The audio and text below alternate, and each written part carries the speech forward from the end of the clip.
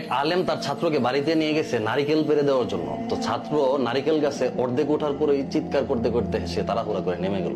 সবাই দৌড়ায় আসছে, কি হইলো ঘটনাটা, কোনো সাপটাপ বা কোনো ভয়ঙ্কর প্রাণী গাছে ছিল কিনা বা কোনো কিছু দেখছি কিনা জানার জন্য আগ্রহ করে কাছে এসে যাকে যখন জিজ্ঞেস করলো, সে বলতেছে আমি গাছে ওঠার পরে আমি উপর থেকে দেখতেছি উস্তাজের বাসায় মহিলাদের ভেজা কাপড় চোপড় শুকাইতে দেওয়া। চিন্তা করেন ছেলেটার কত গায়রত। সে গায়রত মানে হচ্ছে আত্মমর্যাদা বোধ। দেখেন এখন সমাজ থেকে গায়রতটা উঠে যাচ্ছে। আমি আরেকটা ঘটনা বলি, একজন মুশরিক সে একটা উট জবাই করতেছে, আরেকজন বন্ধু তার মুশরিকের বন্ধু জিজ্ঞেস করতেছে যে তুমি উটটাকে জবাই করতেছে কেন, এখন তো তোমার উট জবাই করে খাওয়ার কোনো প্রয়োজন নেই, তুমি এটাকে বিক্রি করে দিলেও পারতা। তো সে বলতেছে যে আমার বাসার মহিলারা এই উটের উপরে উঠে অনেক জায়গায় ভ্রমণ করছে, আমি চাই না আমি উটটাকে বিক্রি করে দেওয়ার পরে অন্য কেউ, অন্য কোনো পুরুষ এই উটের উপরে বসুক। যে উটের উপরে আমার মহিলারা উঠছে এই উটের উপরে অন্য কোনো পুরুষ উঠবে এটা আমি সহ্য করতে পারবো না। একজন নবীন আলেম কিছুদিন আগে বিয়ে করছে, সে তার বন্ধুদেরকে বাসায় দাওয়াত দিল খাওয়ার জন্য, বা বন্ধুরা বেড়াইতে আসছে, আসার পরে খুব ভালো আয়োজন হইলো, রান্না বান্না হইলো, সবাই খাওয়া দাওয়ার পরে বলতেছে খুব ভালো রান্না বান্না, কে করছে এই রান্না? তো আলেম বলতেছে কি আমি নিজেই রান্না করছি।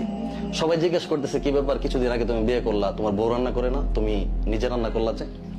তো আলেম যে কথাটা বলছে এটা শুনলে আপনারা অবাক হয়ে যাবেন। সে বলতেছে আমার ওয়াইফ রান্না করবে, আমার বউ রান্না করবে, তারপর আমার বন্ধুরা সেই রান্না খেয়ে বলবে যে রান্না খুব মজা হয়েছে, তার ব্যাপারে চর্চা করবে, আলোচনা করবে, কিছুক্ষণ চিন্তা করবে, কথাবার্তা বলবে, এটা আমি সহ্য করতে পারবো না।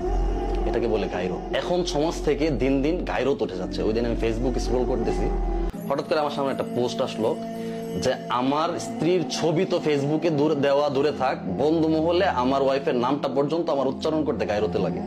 এটা ছিল সাহাবায়ে কেরামের অভ্যাস। সাহাবায়ে কেরাম তাদের বন্ধু মহলে তাদের স্ত্রীর নামটা পর্যন্ত উচ্চারণ করতো না। অথচ বর্তমানে আমরা আসলে এই সমস্ত ঘটনাগুলোর বেশি বেশি চর্চা হওয়া দরকার। আমাদের যদি সবাই এই সমস্ত ঘটনাগুলো জানি, তখন আমাদের নিজেদেরও আত্মমর্যাদা বোধ জাগবে। এত পরিমাণে কাপল ব্লগ বা বিভিন্ন কাপল ছবি সোশ্যাল মিডিয়ায় ছড়াছড়ি, এই জিনিসটা আসলে মুসলমানদের গায়রত বোধটাকে নষ্ট করে দিচ্ছে, ধ্বংস করে দিচ্ছে। খুব বেশি বেশি এই সমস্ত ঘটনা চর্চা হওয়া দরকার। যারা নিজেদের স্ত্রীকে মানুষের সামনে প্রকাশ করে, স্ত্রীকে দিয়ে ব্যবসা করায়, মানে স্ত্রীকে পর্দা থেকে বের করে হারাম পন্থায় স্ত্রীর চেহারা দেখিয়ে, রূপ দেখিয়ে যারা বিজনেস করে, টাকা ইনকাম করে, উপার্জন করে, তারা হলো দাইয়ুস। আর দাইয়ুস কখনো জান্নাতে প্রবেশ করবে না। আমার পিছনে স্ক্রিনে দেখতে পাচ্ছেন, দাইয়ুস জান্নাতে প্রবেশ করবে না, সুনানে আহমদ, এটা একটা হাদিস। যাই হোক, এই সমস্ত ঘটনাগুলো সবাই বেশি বেশি চর্চা করবেন। ভালো লাগলে ভিডিওটা শেয়ার করে দিবেন। ভালো থাকবেন সবাই। ধন্যবাদ সবাইকে ভিডিওটা শেষ পর্যন্ত দেখার জন্য। আসসালামু আলাইকুম ওয়া রাহমাতুল্লাহ।